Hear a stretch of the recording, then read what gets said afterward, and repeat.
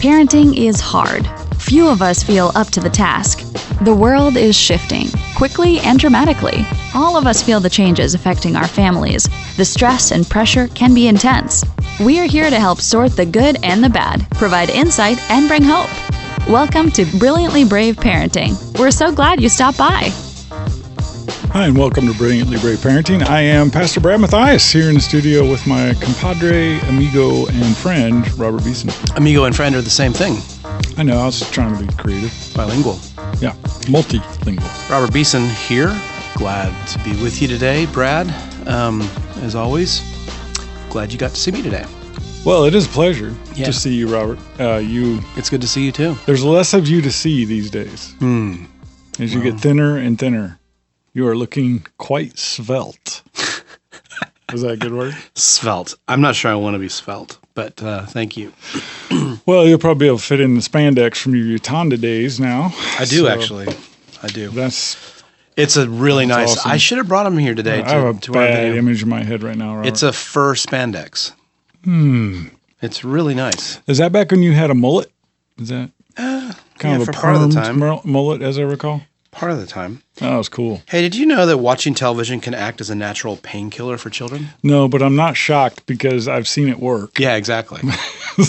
I'm not sure it's just a painkiller. And just like painkillers, you can get addicted to painkillers, which is what so it's a pleasure happens. center. Yeah. Okay. Well, I wonder if that works with football because, for men watching football, like our mouths open, we drool. We don't hear anything else. It's like you kind of like zone. you're hypnotized.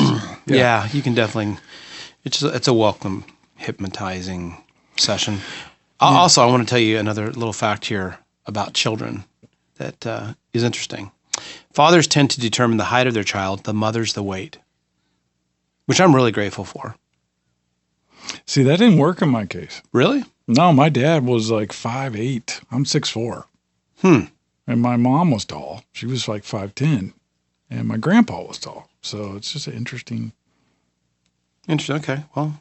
And my mom's thin and I'm kind of thin. So, yeah, I must have flipped. Must have got the DNA backwards. Something like that. Must be. Yeah. Well, it's good to know. Either way. Robert. Yeah. You and I are out and about. We do things with people. We are in ministries. I live in Maine. I serve different Anglican churches in the New England area, and currently I'm serving at St. Margaret's in New Hampshire, in Conway, New Hampshire, which is a beautiful place. So I'm seeing and hearing a variety of things. Tell us what you're hearing. Well, that's what I want to talk about today. I wanted to kind of take a break and do a special sort of podcast, talk about the days in which we live, because I'm getting a lot of questions about that through my blog, roadtripparenting.com, and just through ishinelive.com we get questions. And then in casual conversations as a pastor, priest, I do get questions. People are getting alarmed about the events in our culture and what they might mean. Have you come across any of that kind of chatter? Absolutely. I think it's not just the political landscape being what it is I think just sensational or elevated the sensationalism in our country. And so I'm hearing that at a lot of different levels. I mean, just some real feeling unsure about things and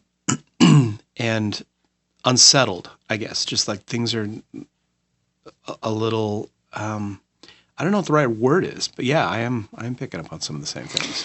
Well, I mean, the way I see it, or the way it presents itself in my world is with anxiety. I get people who are anxious, especially moms, about, what they should or shouldn't do in response to the latest headline. Yeah. I mean, it could be a mass shooting. It could be, inoculations. And, up in New England, there's a real fear of public schools because so many kids have not received their immunizations. And so some of these diseases are coming back that we thought were long ago eradicated. Because they're not vaccinated. Yeah, because so many people have stopped vaccinating because of their fear of what vaccinations could do to their kids. And so recently in Maine, they just passed a state law that you can't be exempted for any reason, even religious reasons, from having immunizations if you go to public school. Interesting. So that's a huge uproar. Yeah. Right? I mean, there's a lot of Yeah. sort of healthy family lifestyle people who are saying, I'm not doing that. We're organic. We're, especially in Maine. There's just a whole strong culture there of natural eating and diet that are really resistant to being forced to take those kind of meds. And so I get a lot of fear. I get people talking Anxiety about that. Just last week, I had a mom pull me aside and say, "Do you think the end of the world is near?" Yeah. And it wasn't said tritely. Yeah. Like she really thought that's possible. Yeah. So I guess the thread that holds these different discussions together is the anxiety that's wrapped around it. So I felt like that might be something. Yeah, I do think that that's prevalent. And the instability that I was talking about earlier, I think is seen a lot in lives of parents and a lot of kids too, where there's just an anxiousness about the state of affairs in our country. Just yesterday as we were recording this, I know we're not supposed to talk about times or whatever, but I was watching my phone because the school that my daughter lives at, there was a armed gunman walking around. And, it all worked out okay. But there was this elevated sense of like, oh my gosh, like this is like kind of becoming part of our lives. And I remember where I was the other day, but I was somewhere where all of a sudden I became aware of the fact that, wow, this would be a really interesting target for, a shooter. And I was surprised at myself at how like I used to just, these kinds of environments were just normal. And now there's actually an attachment to that has anxiety written on it. And it wasn't because I've been spending a lot of time thinking about terrible things happening. I think it's just that we're seeing more manifestation of these violent acts and these just chaotic times. And it's hitting us 24/7 that we're kind of attaching those negative possibilities to so many aspects of what would just be kind of a normal life. And it's robbing us of a sense of peace or joy or, whatever. And so I've been, now that we're kind of talking about it, I've been very aware of that, even personally, like I was surprised at myself that I actually went to the place of thinking, wow, this would be a really opportune time for some mass shooting to happen. I mean, what's that about? Like I'm 50-something years old and 50-something.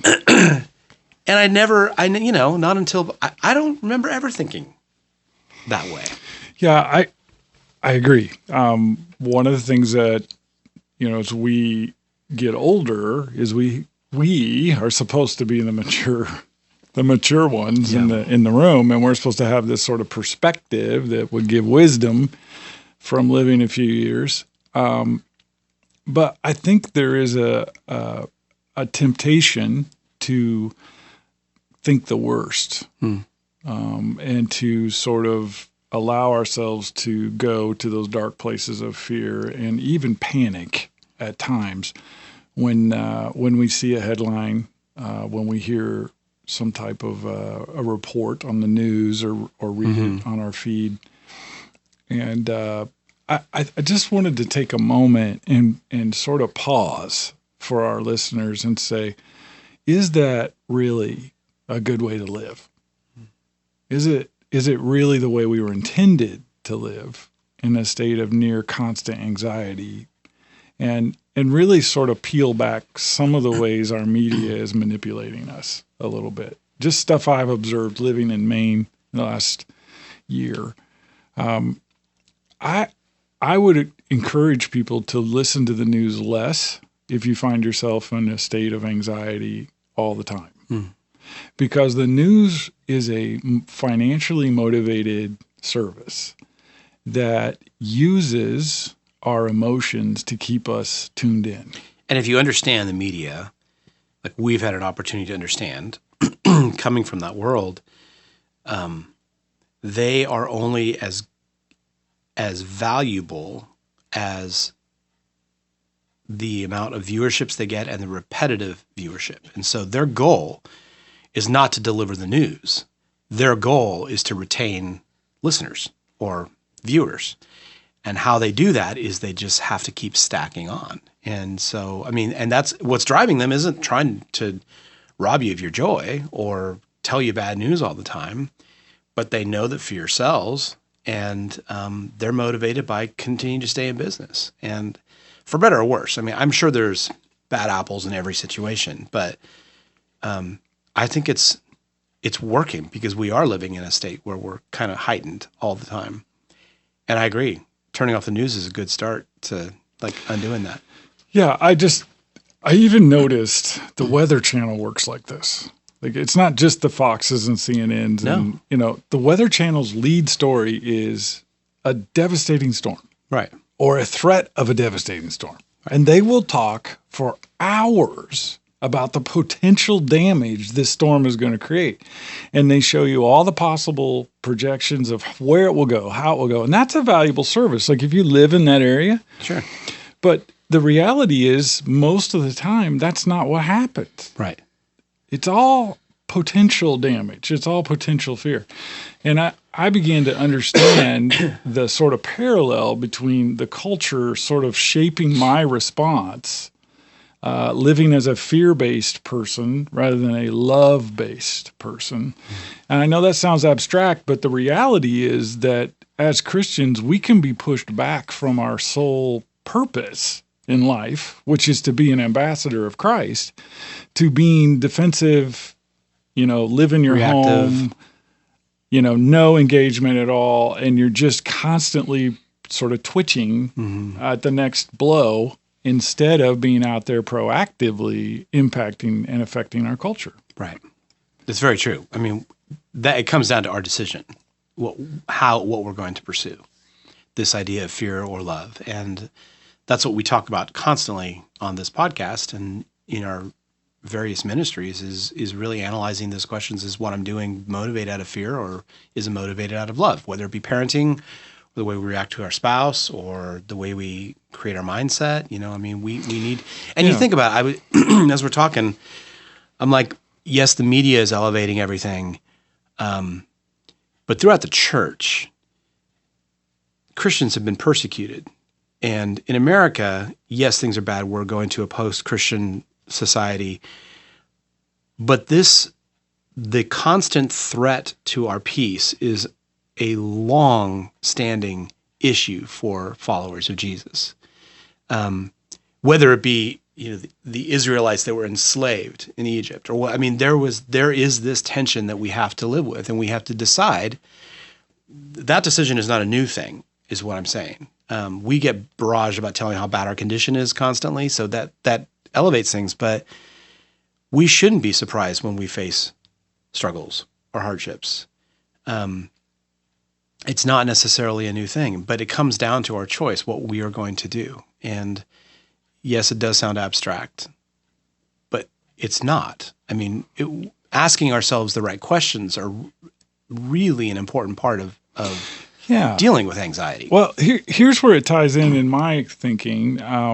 When we as parents or example setters within a home live in a constant state of anxiety, and we are keying off of the latest whatever, the latest news flash, the latest gossip, the latest rumor, whatever is out there, when we are focusing ourselves on those events in an anxious or fearful manner, we are teaching our kids to do the same. Right. We're setting the temperature. So in the home, you lose your peace, the serenity of the home evaporates in that environment, and it's replaced with a anxious stress and irritated sort of stew, emotionally, mentally, that's going on. And so everything is then treated from the perspective of potential disaster. Right. So you're living from potential disaster to potential disaster, and everything then becomes a crisis. And then you train your kids by example, not by word. You're not telling them to live this way, but they're observing you. And then there is a sequence then of repeating that in your kids. And one of the things that I've been challenged by is that God has really sort of asked me to push back from the consumption of information all the time, because that's my idol That's my way of feeling like I'm getting control over the uncontrollable. Right. Like I can't control global warming. I mean, can you? Yeah. Okay. Awesome. No.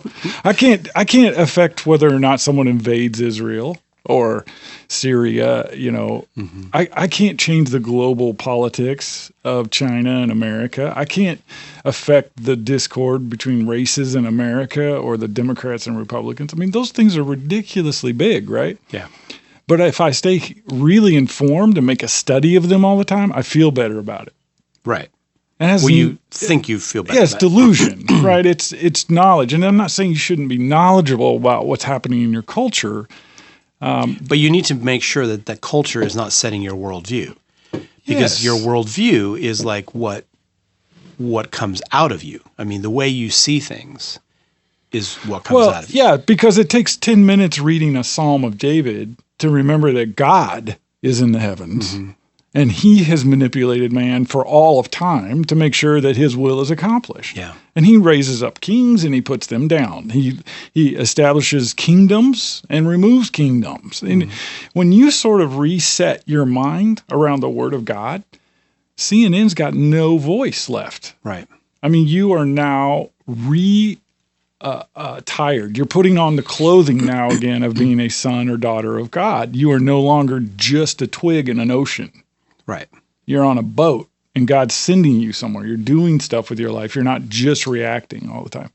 So that transition from living just out of anxiety to living with purpose and love, for me, is as simple as, did I spend time with God today? 100%. And I'll tell you that my life has changed in the last year because of one simple thing that I do every single morning. And that is, people call it a quiet time or whatever, but I use this app that all it really does is it reminds you of a scripture, it focuses on prayer, but it forces you to be present in the moment. And the act of being present and just being where you're at, instead of like 2 steps ahead or pulling your past along, but just like as tangible as like feeling my hand and seeing my handprint, my fingerprints, like just getting to be present and being still. Like that has absolutely changed my life in the last year. I do it every day, and it's awkward getting into it.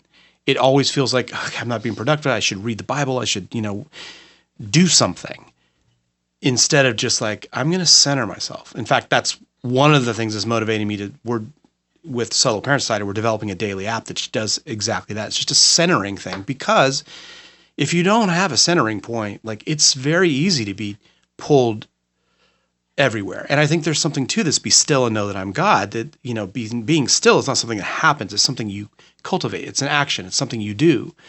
And that one thing alone, I mean, there's a lot of things I've learned this last year, but kind of taking off the backpack of all the worries and all the stress and all the hopes of things that are of great promise, and just for 15 minutes, just kind of centering myself has absolutely transformed my life in the last year. And turning off notifications from CNN. Like I used to subscribe to the get notifications. Yeah. And so anytime any bad news happened, it would be like, oh, it's on my phone. And somehow I just rebooted my phone and it's back on there. So they've somehow gotten back to me. But doing that, like, disarm the notifications. You don't need to know everything that's going on at every single time. Yeah, and I think the invention of the DVR has been really awesome, because you no longer have to sit there and watch, through an evening of television. You can pick a show that you want to watch and that's it. Get in and out. But bigger picture is we have a generation of parents who have more information than anyone's ever had at any time in history at their fingertips. Mm-hmm. Literally.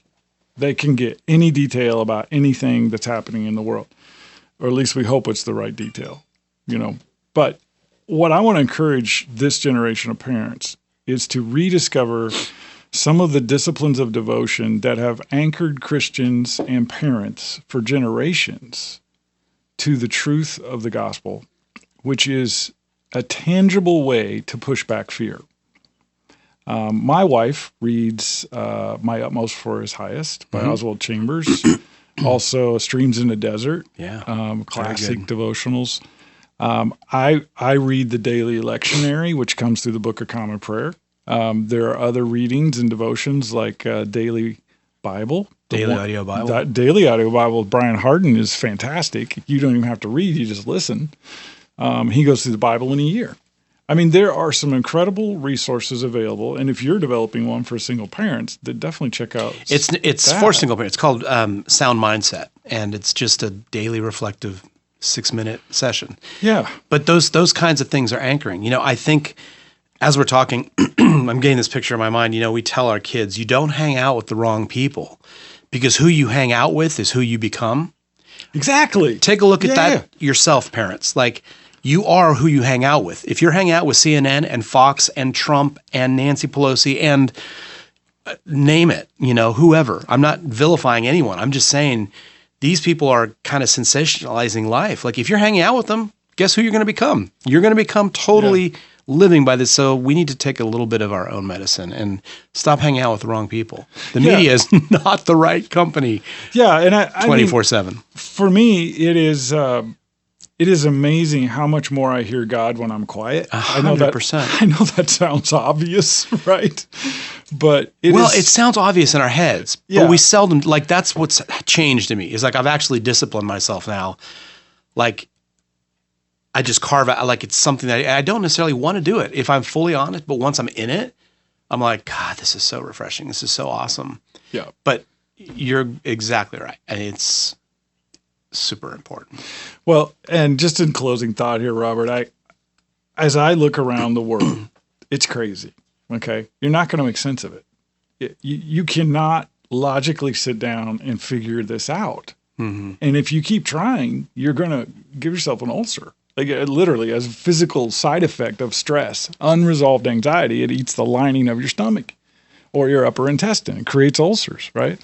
And so this idea of peace and rest, of shalom that's promised in the scriptures, is this idea of wholeness.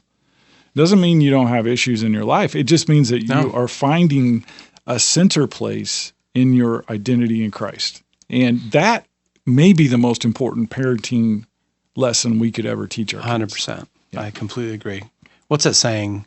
I'm going to mess this up, but someone very wise said on an Oprah thing I watched, we are like anything else. If you want to fix a computer or what do you do first? You unplug it and you plug it back in. Like, that's we need that too. We need every day to unplug, let it reset, plug it back in. That, as simple as it sounds, is a massive advantage. Yeah. So Lord, help us be creative in finding the space in our life to do those things, and then have the courage to stick with it.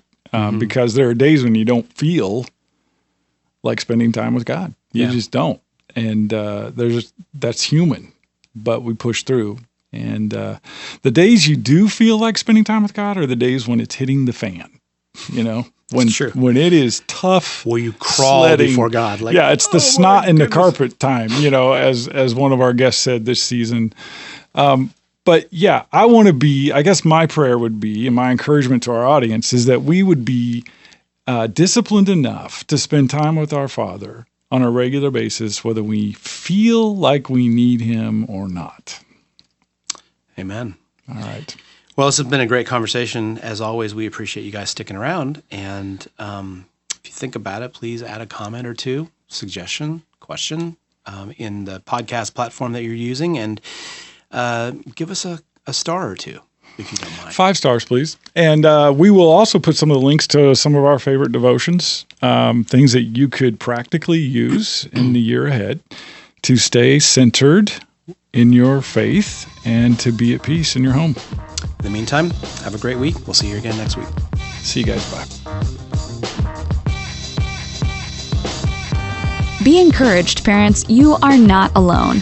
In Paul's letter to his son in the faith, Timothy, he writes, "But I am not ashamed, for I know whom I have believed, and I am convinced that he is able to guard until that day what has been entrusted to me." Brilliantly Brave Parenting wants to be an encouragement and support that parents can rely on.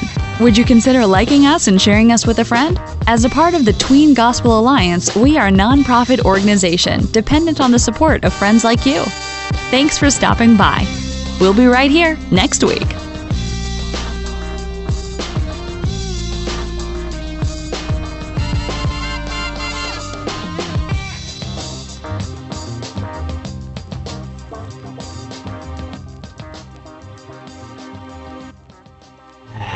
Brad, you know I'm a foodie, right? Absolutely. Okay, I want to tell you about this awesome coffee experience. It's called CJ's Coffee Culture and Community.